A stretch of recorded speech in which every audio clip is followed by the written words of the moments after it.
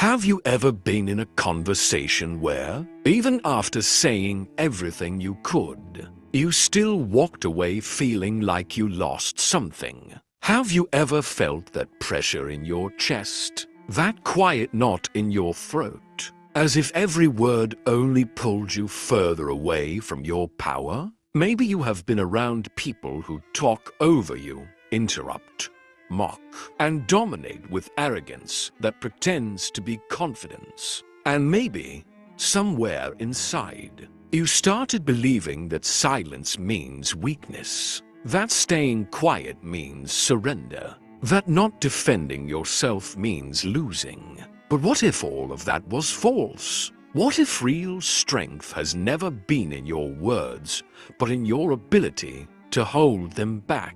Few people ever realize that those who talk too much always reveal too much. And those who try to convince others are already standing on shaky ground. The world teaches you to argue, to explain, to defend, as if every exchange was a battle for truth. But nature teaches something far wiser. A calm and precise kind of power that does not need noise to exist. Silence is not emptiness. It is control. It disturbs. It exposes. It makes the other person face themselves. This message is for those who often feel ignored, overlooked, or unheard. For those who walk away from conversations wondering if anyone truly listened. For those who are tired of being calm while others mistake it for weakness. Maybe you have confused silence with submission. But silence is not surrender. It is strategy. Real power does not come from winning arguments. It comes from not needing to fight at all. From this moment on, learn to see silence not as a lack of words, but as a complete response. Ask yourself, why do you feel the need to react, to explain, to prove you are right? Because you were taught that silence means defeat, that truth must always be defended. But that belief comes from fear. Fear of being seen as powerless. Fear of being misunderstood. Behind that fear lives the ego, fragile and restless, unable to handle being questioned, turning every disagreement into conflict. Most people do not argue to find truth. They argue to feel in control, to protect their beliefs. Not because those beliefs are strong, but because without them they would collapse. Arguing is not wisdom. It is defense. It is the voice of the ego trying to stay in charge. When you rush to explain yourself, you have already given away your power, because the need to justify shows that you still want approval, that you still want to be understood. That desire to be seen as right is what keeps you trapped. True strength is not in convincing others. It is in remaining centered even when others doubt, mock, or reject you. Power lives in calmness, in the ability to stay steady when everyone else loses control. If you truly want to rise, understand this. Every argument is a stage, and the first to react becomes the performer, not the master. The reactive mind is controlled, but the observing mind holds real power because it no longer needs to prove anything. So how do you show strength without speaking? Through presence. The person who has mastered themselves does not argue, does not play emotional games. They watch, they wait, and when they finally speak, their silence has already spoken louder. Their quiet is not weakness. It is awareness, confidence, and mastery. While others shout, they remain still. While others explain, they listen. And in that stillness, they expose what others try to hide. Their silence becomes a mirror, reflecting everything back. And those on the other side begin to reveal their own fears. This kind of silence is not passive. It is deliberate, powerful, and sharp. Every word is a move, every reaction a risk. And that is why they speak so little.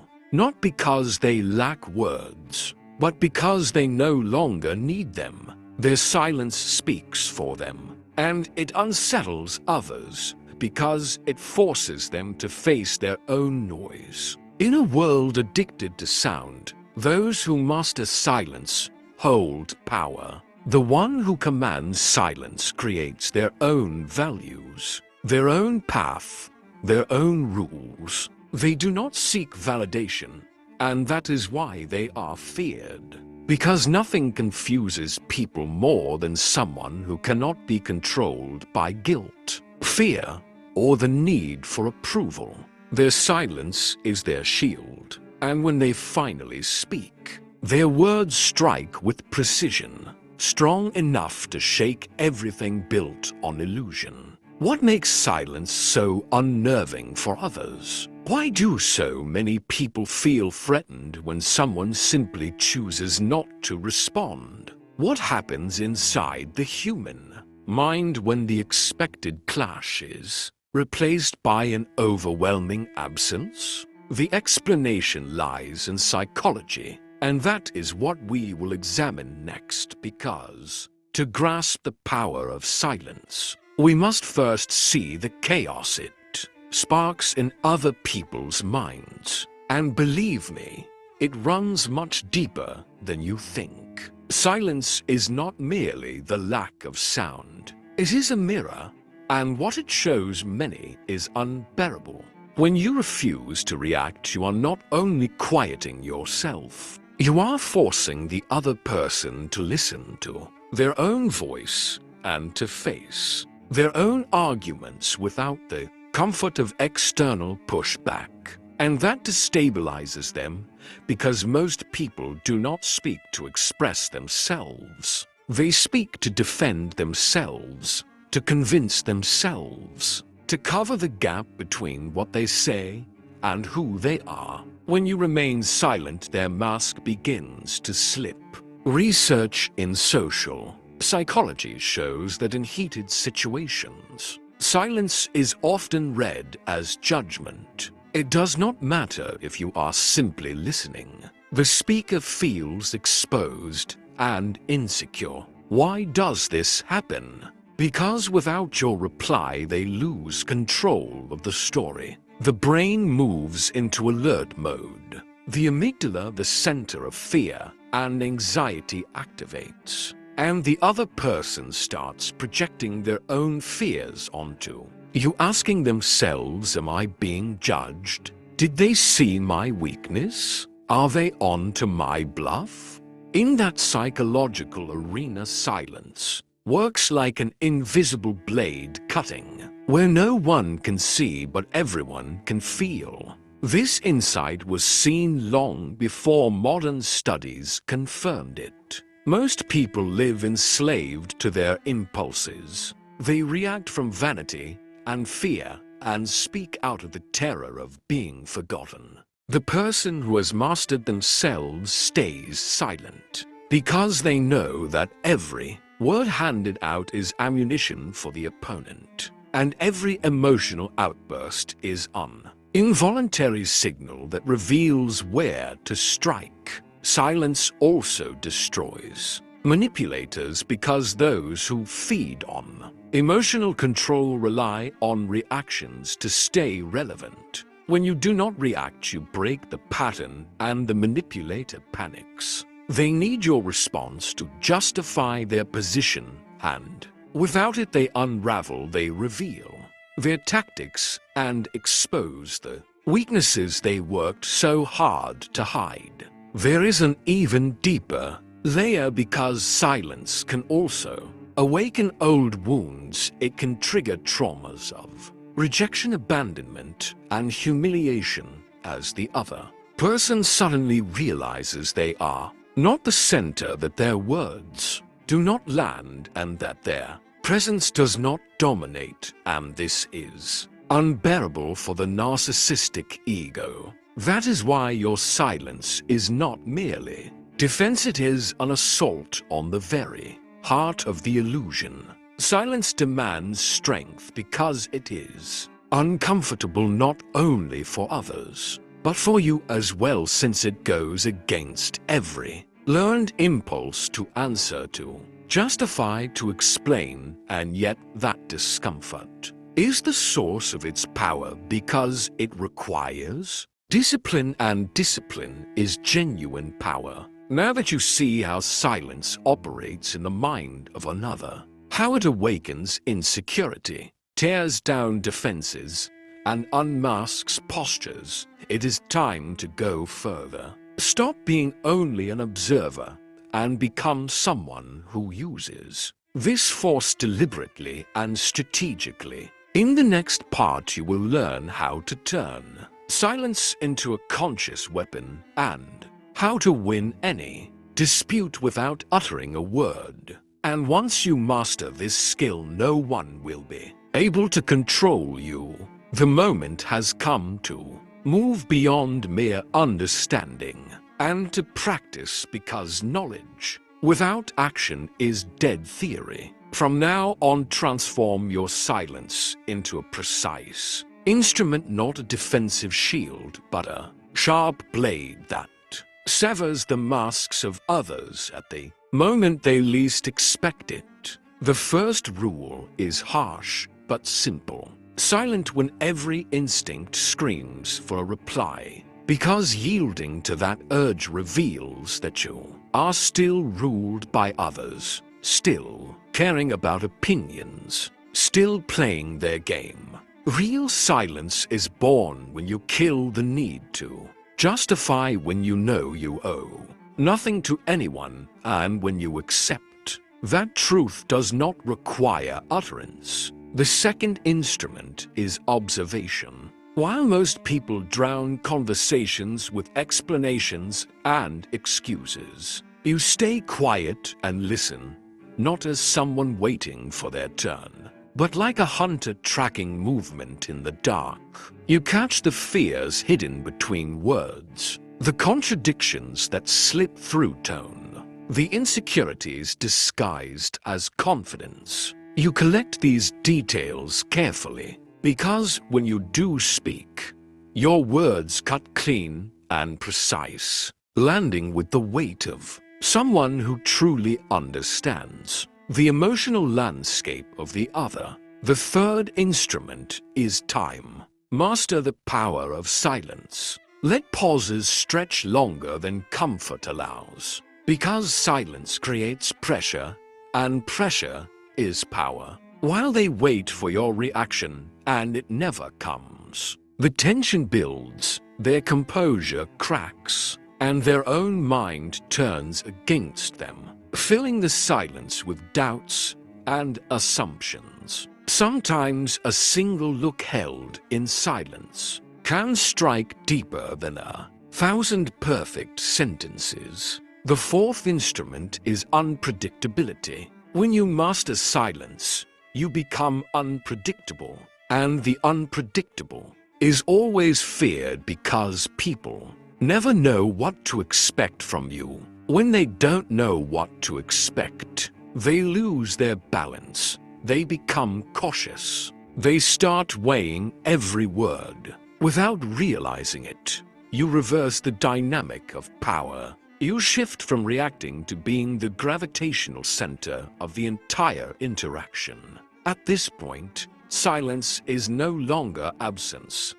It is dominance in its purest form. But be careful, silence must not be mistaken for passivity. The silence we are speaking of is alive, charged with awareness and control. You are not withholding out of fear. You are preparing, observing, positioning yourself with a strength that does not need to be displayed to be felt. When the right moment comes, when your silence has already spoken everything it needed to, you can deliver one sentence, one sharp and deliberate truth that ends the discussion. Not because it was louder, but because it carried weight, depth, and undeniable certainty. But this leads to something even more complex. Because up until now we have talked about using silence to win. Yet there are moments when the goal is not victory, but survival. Moments when people are not arguing. They are feeding off you, draining your energy, manipulating your emotions. Without realizing it, you give your power away day after day, dominated without a single word spoken. That is where the darkest part of the path begins. When silence is no longer a weapon, but a silent cry from someone who has lost control of their own life. In the next part, we will uncover this truth and reveal how you might be used without knowing it. Because while you think you are avoiding conflict, someone else may be building their strength from your silence. There is nothing more cruel than being silenced, except being trained to believe that silence is your only option. You have been taught that suppressing anger, avoiding confrontation, and keeping peace at any cost is maturity. That staying quiet is a sign of emotional balance. But what if that is the lie? What if that calmness you call wisdom is just disguised surrender? What you call peace is often nothing more than domesticated defeat. Think about how some people exploit your calmness, your patience, your habit of letting things go. They impose their will, take your space, rewrite your boundaries, and you allow it. You convince yourself that peace is better than conflict, that it is not worth the fight. But the truth is, you are paying a heavy price for this false peace. Worse still, you are being used by those who already know you will not react. This is the morality of the submissive, a system built by the weak to survive under the strong. It is the morality of guilt and compliance, an invisible code that teaches you to shrink yourself and call it virtue. But this path was never meant for those who surrender. It is meant for those who dare to break free, who realize they are being used and decide to stop, cooperating in their own subjugation. When you accept the kind of silence that devours you from within, you are handing over your power without noticing. You become shaped by others' expectations until you are no longer yourself, only what others require you to be. This is the opposite of true power, because real strength is not domination of others, but mastery over yourself. It is taking back your own narrative, your voice, your direction. It is being silent not out of fear, but out of freedom. The silence of submission must die, and in its place, the silence of presence must be born. The silence that does not bow, that does not apologize, that stands firm in chaos and shifts the atmosphere without a word. This is the silence of the one who has mastered themselves. But how do you reach that state? How do you move from being controlled to becoming the master of your own presence? How do you rise beyond the conditioning of the crowd and become someone who commands respect even without speaking? The answer lies in the highest ideal of human transformation, the one who transcends ordinary limits through inner authority. This figure does not argue, does not explain, does not chase approval. They shape the world by the weight of their presence alone. For them, silence is not emptiness. It is creation. It is mastery. It is the mark of one who no longer reacts to life, but molds it through awareness. This path was never meant for those content with survival, but for those who seek transcendence, those who are ready to strip away every illusion society forced on them, even when it hurts. The silence of this higher being is not the silence of fear or submission, but of a warrior who has already conquered the battle within. It is the stillness of someone who no longer needs to prove anything because they know exactly who they are and what they deserve. Now look at your life. How many times have you stayed silent out of fear, guilt, or the desire not to disturb? How many times have you allowed others to speak for you, decide for you, or walk over your truth? Enough. Living this way is an insult to your own existence. Accepting that kind of silence is betrayal. From this moment on, your silence must change its nature. It must stop being an escape and become an invisible declaration of authority. A living boundary, a reminder of who you are even if no one understands. Because who you are does not need to be understood. It needs to be lived, and that requires courage. Do you have that courage? Then affirm it. Say it clearly. I choose the silence that commands respect, not to prove anything to anyone, but to commit to yourself. Because even words about silence hold power. And remember this: the weak shout, the strong remain silent, and the wise know when to speak.